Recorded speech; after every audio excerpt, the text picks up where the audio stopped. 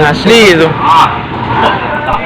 Terkait peristiwa tugboat pengangkut batu bara yang menabrak dermaga Plaza 7 Ulu dan dermaga penumpang Kampung Kapitan pada Selasa pagi sekitar pukul 7.30 waktu Indonesia bagian Barat 2 Januari 2024. PJ Wali Kota Palembang Ratu Dewa mengatakan jika sudah mendapatkan laporan dari Kepala Dinas Perhubungan dan sudah diminta untuk segera ditindaklanjuti bersama pihak Polairut. Pihak Dinas Perhubungan sendiri sudah diminta untuk membuat laporan tertulis dan kronologi kejadian.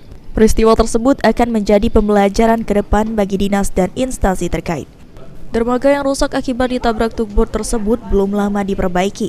Dan dengan rusak kembalinya dermaga tersebut, pemerintah Kota Palembang tidak bisa berbuat banyak karena berkaitan dengan pengawasan yang dilakukan instansi yang bersifat vertikal.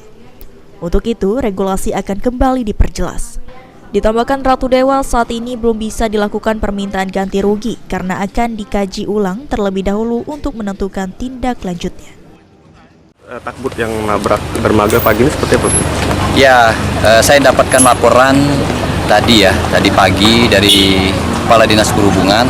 Saya sudah minta segera ditindaklanjuti untuk melaporkan ke Polairut, Polrestabes Palembang.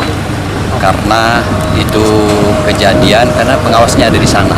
Termasuk Pak Dinas Perhubungan saya minta laporan tertulis dan kronologis atas kejadian itu.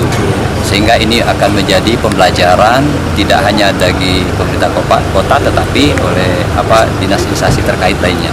Baik itu yang bersifat vertikal juga. Itu dermaganya kan baru diselesaikan ya Pak? Iya. Mungkin seperti apa Pak ke depannya pemerintah Kota Palembang? Nah ini harus ada regulasi ya, karena regulasinya di satu sisi memang pemerintah kota tidak bisa berbuat banyak karena kaitan dengan regulasi pengawasannya.